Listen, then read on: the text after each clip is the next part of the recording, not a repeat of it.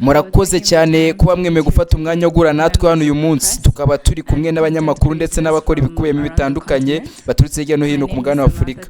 Nitwa Manda Tito, ninjye uyobora iki kiganiro. Nyakubahwa Perezida, tubereye uburenganzira twahita dutangira ibibazo. Murakoze nyakubahwa. Ndifuza guha umwanya abanyamakuru, mwabanje kwibwira amazina mukavuga n'itangazamakuru cyangwa ikigo mukorera, hanyuma mukagarukira ku kibazo kimwe gusa kugira ngo buri wese umwanya wo kubaza. Hano mfite umuntu ushaka kubaza ikibazo.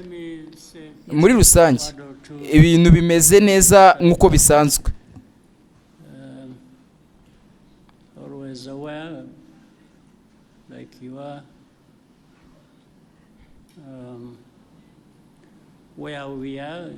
Hari byinshi dushobora kuganiraho. Twaganira ku bukungu, ku gihugu n'uburyo gikomeza gukorwa n'ubwo hari inzitizi zitandukanye izituruka mbere mu gihugu ndetse n'izituruka hanze.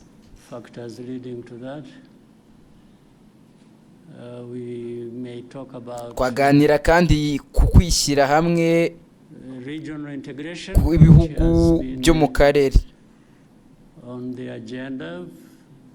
kuko iki ari ikintu cyagiye kiba ku murongo w'ibyigwa w'ibihugu byose bigize Afurika y'Iburasirazuba.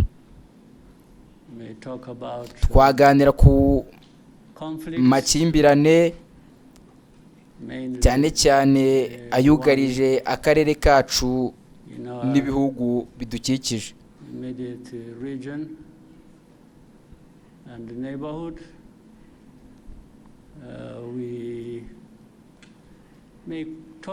Twaganira kandi ku bibazo mpuzamahanga, geopolitiki ndetse n'ibindi bibazo bitandukanye. Ariko sinakibagirwa gushimira abanyarwanda bakomeje gukora ibishoboka byose kugira ngo igihugu gikomeze kugira umutekano n'ituze.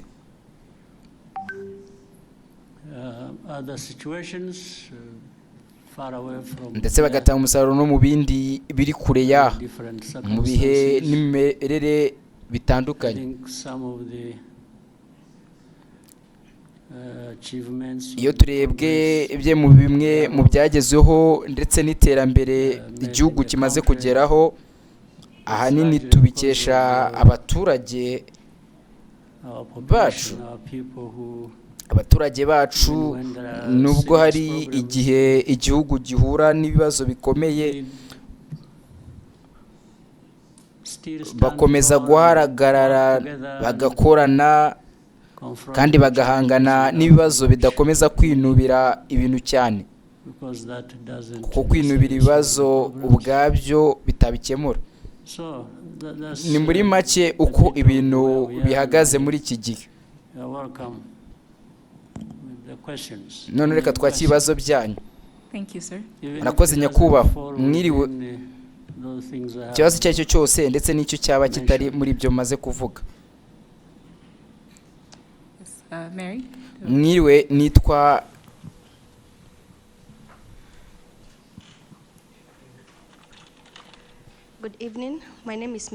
Mary Wambayi, nkorera East Africa i Nairobi. Ikibazo cyanjye kireba n'amasezerano y'isoko rusange rya Afurika.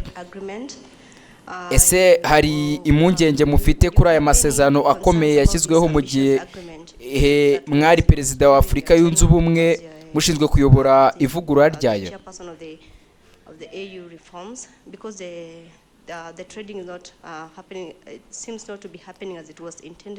Kuko ubucuruzi hagati y'ibihugu bya Afurika busa n'ubutarimo gukorwa ku rugero rwari rwitezwe. Impamvu imwe ikomeye ikaba ari inzitizi zitari iz'agasutamo ndetse n'ibindi bibazo bijyanye n'ayo masezerano y'ubucuruzi bw'isanzwe.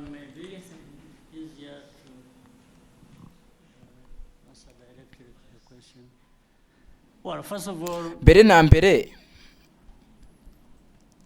kimwe mu by'ingenzi byagezweho nuko Afurika yashoboraga guhuriza hamwe ibitekerezo ndetse igashyiraho uburyo bwo gutuma ubucuruzi hagati y'ibihugu byayo bwaguka binyuze muri AfCFTA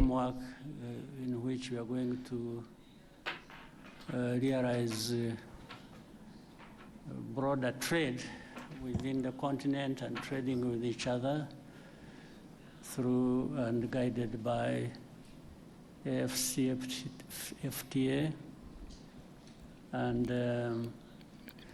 ibyo ubwabyo ni intambwe nziza yo gutangiriraho, ariko ku bijyanye no gushyiraho AfCFTA mu bikorwa,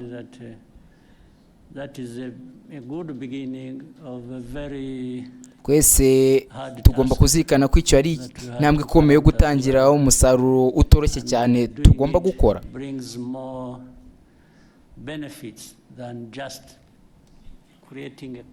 Kandi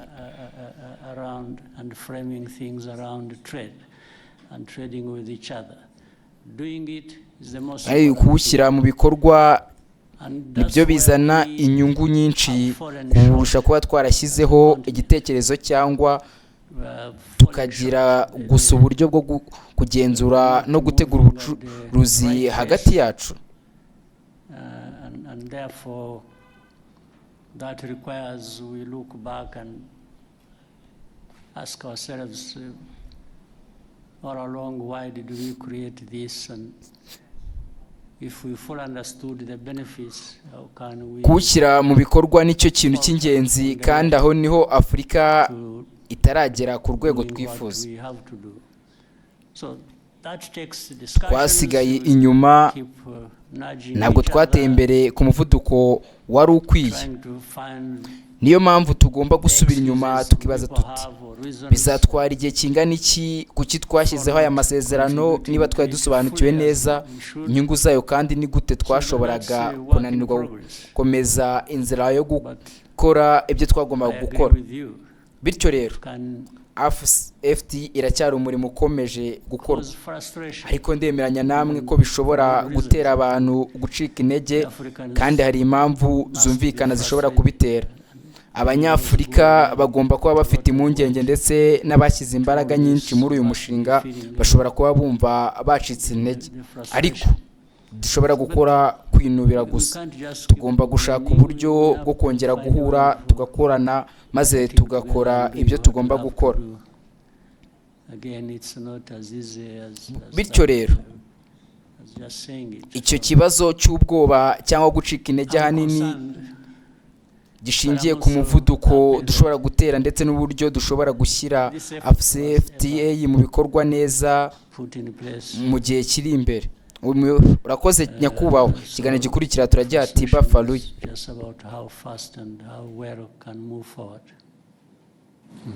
Thank you, Excellency. We'll take the next question from Dive, RBA.